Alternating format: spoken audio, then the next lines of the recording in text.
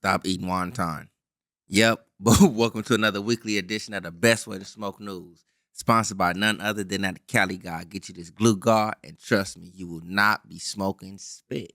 Man, right? No drip lip. No drip and it's being presented to you by none other than Serpo Jr. Big J. Yep. And you want to hear some old bull-ish? Man, yeah, man. New York governor wants to let police use cannabis odor as evidence for drug driving. What? Not drunk driving. Drug driving. Ain't that some crazy? But yep, New York Governor Kathy, you understand, I'm going to just call you H because I'm really not sure how to pronounce all that. You know what I'm saying? Included provisions allowing police to use the odor of cannabis as evidence that a person is driving while impaired in her annual executive budget. You know what I'm saying? So it's like, I think they got like some cologne called Kush and all that. You know what I'm saying? Where you be smelling funky. Okay. And y'all just gonna invade my privacy. Man. That's bullshit though. Man, in particular, working in cultivation and processing facilities, it's inevitable you will leave or an employee will leave their shift smelling like cannabis, even if they degown and change into other clothes. Cannabis is very pungent. Facts. Or potent, as we know. You know what I'm saying? And I just, you know what I'm saying, read that one right there because it's highlighted. You know what I'm saying? A lot of the people that are like in cultivation, you know what I'm saying? You can probably not even smoke bud, but you are a bud tender. Facts. You know what I'm saying? And you dealing with it all day. You know what I'm saying? So you mean to tell me you can just, you know what I'm saying, and invade my privacy? Like, come on, New York. Get that together, man. Facts. Ain't no question. Boom, boom, boom. Hey, look. You know, y'all know we've been going back and forth with this cannabis getting out and man, is they gonna decriminalize it? Is they gonna reschedule it? What's finna happen? Trump's pick for top health lawyer thinks marijuana is a dangerous and genetically engineered hard drug. This how they coming now. President Donald Trump has nominated an anti-marijuana official to serve as the lead attorney at the U.S. Department of Health and Human Services, HHS, drawing praise from cannabis prohibitionists.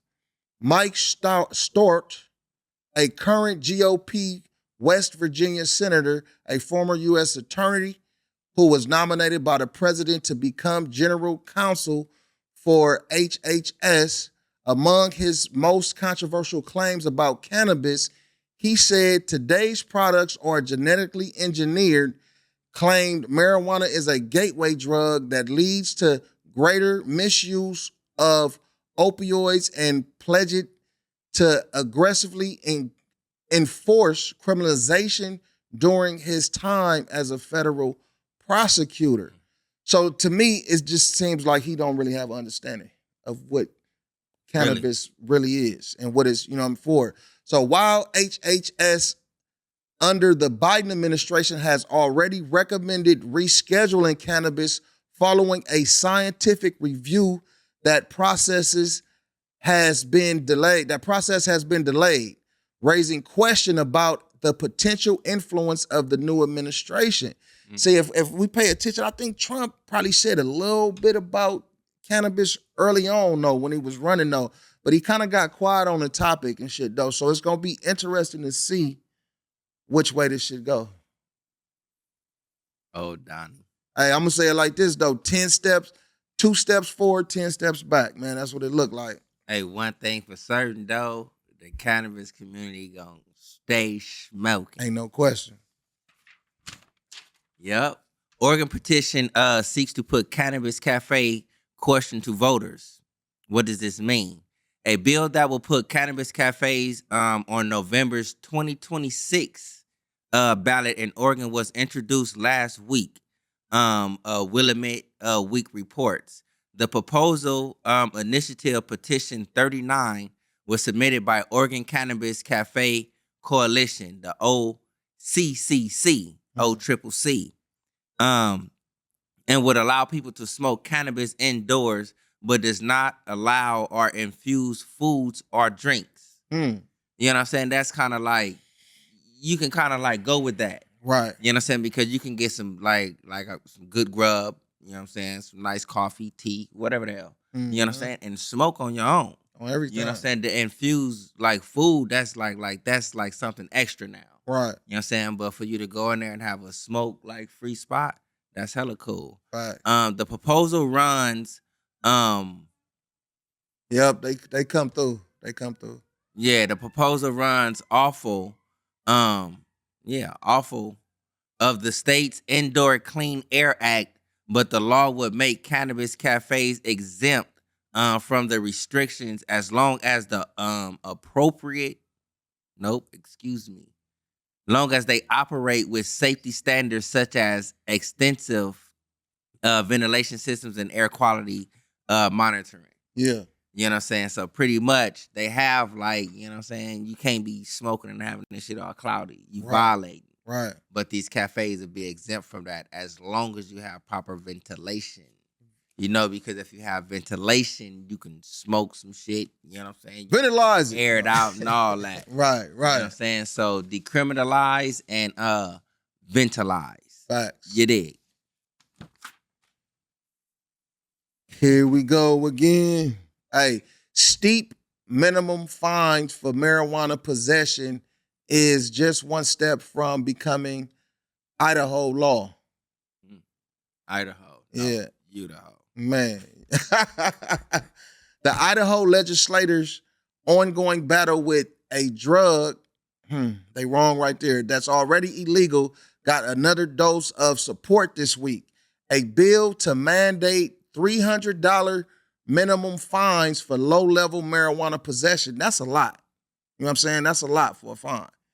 Took another step toward becoming law Tuesday. The same day, a House committee introduced a proposal to ban all cannabis advertisements in the state. It seemed like whoever's in charge got something against cannabis though. Let's see who's in charge. House bill sponsored by Rep. Bruce Scrooge. I'm gonna say Scrooge. No, it's not an horse. Scug. Got it. Bruce Scug, Republican.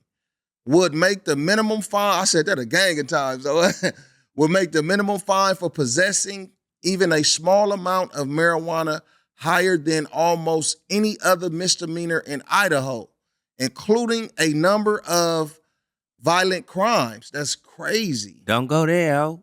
Such as, listen to this though, such as assault, battery, domestic violence, and attempted strangulation. So you could choke a motherfucker out and get fined less than you could for having a little bit of bud. That's what I'm trying to figure out. You know what I'm saying? A little nugget. You know what I'm saying? I can knock a nigga upside his head with a bat, but the nugget gonna get a little bit more than the bat swap. Get a nigga, man, a little bit more. Sentencing guidelines for misdemeanors in Idaho are generally up to $1,000 in penalties and up to a year in county in jail. But judges have the discretion to impose a range of penalties. Defendants must also generally pay for court costs and fees related to the case, which are separate from the fine and typically total hundreds of dollars. So they trying to discourage, they try to discourage Idahoans. How would you say it, cuz? Yeah, Idahoans. Idahoans, you know what I'm saying? Y'all can't smoke. They try to I'm scared to smoke for y'all. Shit. They try to discourage them from smoking. No, that's what it sounds like to me, man. I hope y'all, man. Damn. Man, peace be with y'all. Shit. Man, y'all need Cheech and Chong gods, bruh. Man. What's cracking in South Dakota? Well, South Dakota legislative committee, you know what I'm saying, pretty much downplayed, you know what I'm saying, a bill to repeal medical cannabis laws. A South Dakota bill a South Dakota bill to effectively repeal the state's voter approved medical cannabis law was voted down by the House of Health and Human Resources Committee on a 7-6 vote. So it's just pretty much just outweighed by like one. You can say that 0.5, right. I guess. Right. You know what I'm saying? The legislation was introduced by State Representative Travis Ismay. I hope I said that right. you know what I'm saying, who was argued the state's medical cannabis program is effectively full cannabis legalization. Mm. You know what I'm saying? And in a statement by Ismay, you know what I'm saying, I'm sure many of you are asking yourself, why would you do this? It was the will of the people. We quite frankly, we need to get something cleared up. We need to know the difference between medical and recreational marijuana. Mm. I can kind of tell you that. Right. You know what I'm saying? I don't believe a doctor can actually tell you, you know what I'm saying, pretty much how you feel. Right. You know what I'm saying? You describing how you feel, so they're gonna prescribe something, you know what I'm saying, based off of what you telling them. You know what I'm saying? So in the recreational, I believe that's self-medication. Right? You self-medicating yourself, you know what I'm saying? So you know what you're using it for. Anxiety, I need to go to sleep, I'm not eating right. Right. You know what I'm saying? Some people might, because some people might tell you, smoke a joint.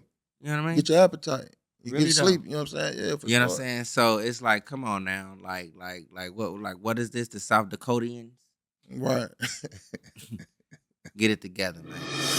That's your weekly news. Serpo Jr. Jay. Baby.